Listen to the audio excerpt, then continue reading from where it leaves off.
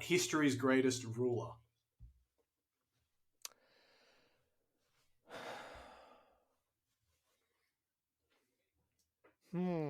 Yeah. Thinking about so many different X factors in my brain right now. Julius Caesar. He was both an effective military leader and statesman, and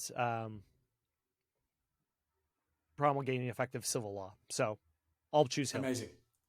History's most misunderstood figure.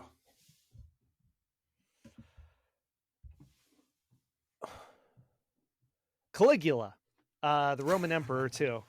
So he's in my history's most insane rulers. A lot of people argue that it was if you're typically maligned as insane, a lot of times historical sources are written by people one or two rulers after you because they're trying to castigate the previous person as being so terrible that it justifies what it is you did to liquidate him.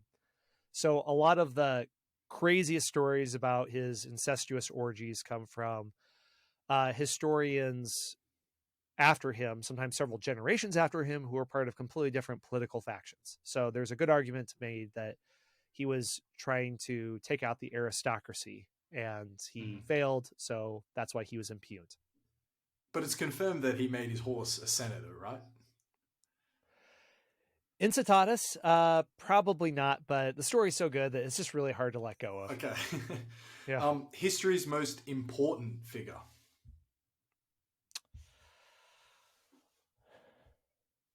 I would say Justinian, the Byzantine emperor, because the Jura Civilis, he compiled and codified Roman law and standardized it throughout his empire. And that's still the basis of Western canon law, which has influenced much of the rest of the world. So I would, for legal reasons, that's why I would say him. Fascinating. I'd never heard of him. History's most fascinating civilization.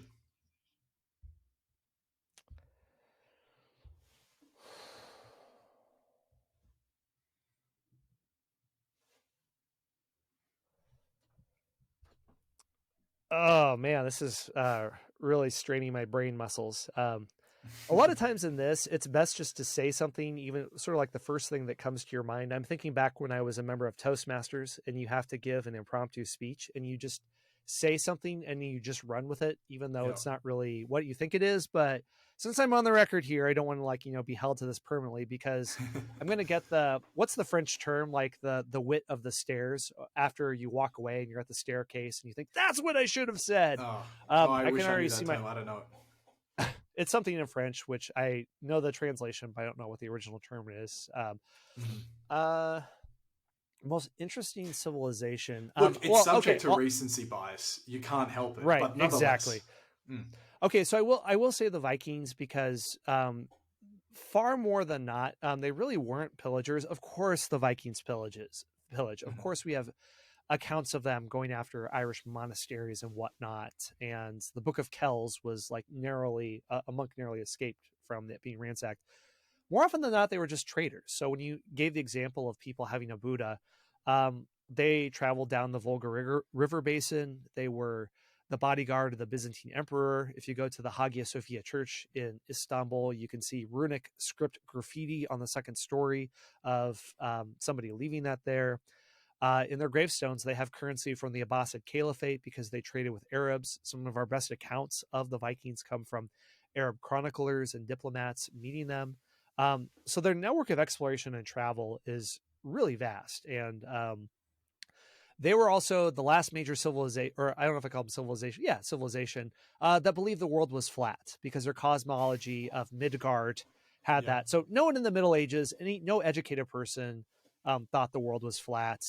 Go back to Alexandria. The Greeks really determined the circumference of the world 2,300 years ago. No one thought it was flat at all, but many of the Vikings did if they held to the Viking cosmology of Midgard and Asgard and all that. So that's interesting. Yeah, for sure. Just the weekend before, I was in a place called Mariefred, which is a very small town about an hour west of Stockholm on a river. Big Viking community back in the day. and they've kept some runestones there standing. And in the translation, one of them was talking about, it was like a dedication to a brother that died on a Russian raid in the Rus, and they called the Russians Eagle Food.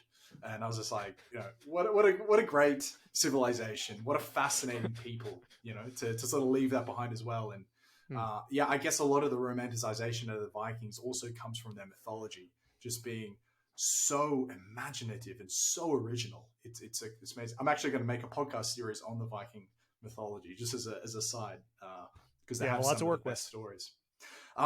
Okay, two more hyperbolics. The greatest place and time to have ever lived in history.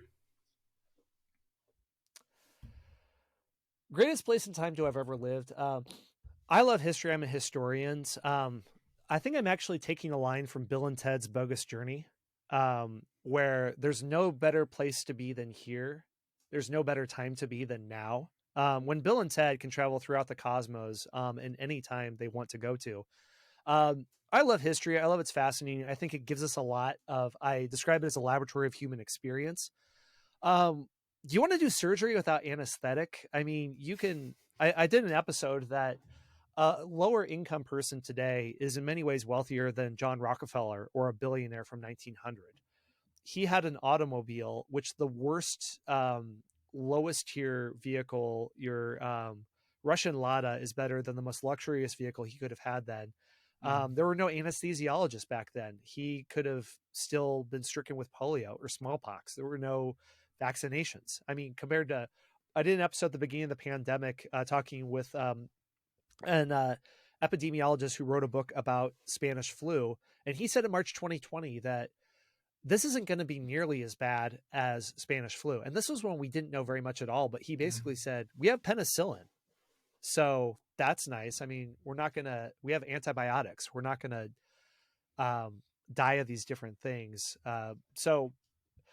But if I had to choose one, I would say being a member of the landed gentry in France in the Middle Ages, not king, I would say a duke, because if you're in cities, there's all sorts of diseases. It's super gross. But if you're in the landed gentry, and if you're a king, rivals are coming after you. If you're a duke, you're wealthy enough to enjoy the spoils of that, to have other people labor on your behalf. And you can enjoy some of the court life that medieval culture has to offer you, but you're probably not going to get attacked by an army as likely. So that's nice. Nice one. Finally, you did a series called the Presidential Fight Club.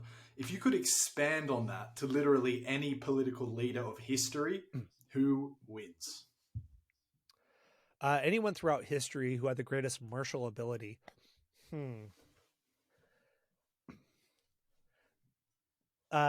Without familiarizing myself with a lot of other civilizations, and I'm sure listeners could think of, I know Japanese history, and this person during the shogunate period, this samurai turned looter would be better. True, and I don't know about that. I would say probably Mehmet IV. He was a sultan who was kind of a lazy layabout. He didn't spend much time ruling. He spent more of his time hunting. He was extraordinarily physically powerful. I think he was about 2 meters tall. And wow, he could lift people over his head like it was nothing. So now you're in Sweden, so I'm sure some people will charge that. Well, what about Gustavus Adolphus, or what about these other people? But I'm going to go with Mehmet IV. So avid hunter, very strong physical specimen. I'm going to go with him. Amazing. And just also for the viewer, spoilers, maybe you don't want to say, but who ended up being the American presidential victor? He's looking over my shoulder. If you can't see him, listeners, and if you're just hearing, he is a president. He is on Mount Rushmore. Teddy Roosevelt. He was a boxer. He knew judo. He, in the 1912 presidential election, was shot in the chest by an attempted assassin, but he knew enough about anatomy. He wasn't coughing blood, so he realized that his lung hadn't been punctured. So then he went on to give a 90-minute speech before he went to the hospital. So that's a tough customer. They don't make presidents like that anymore.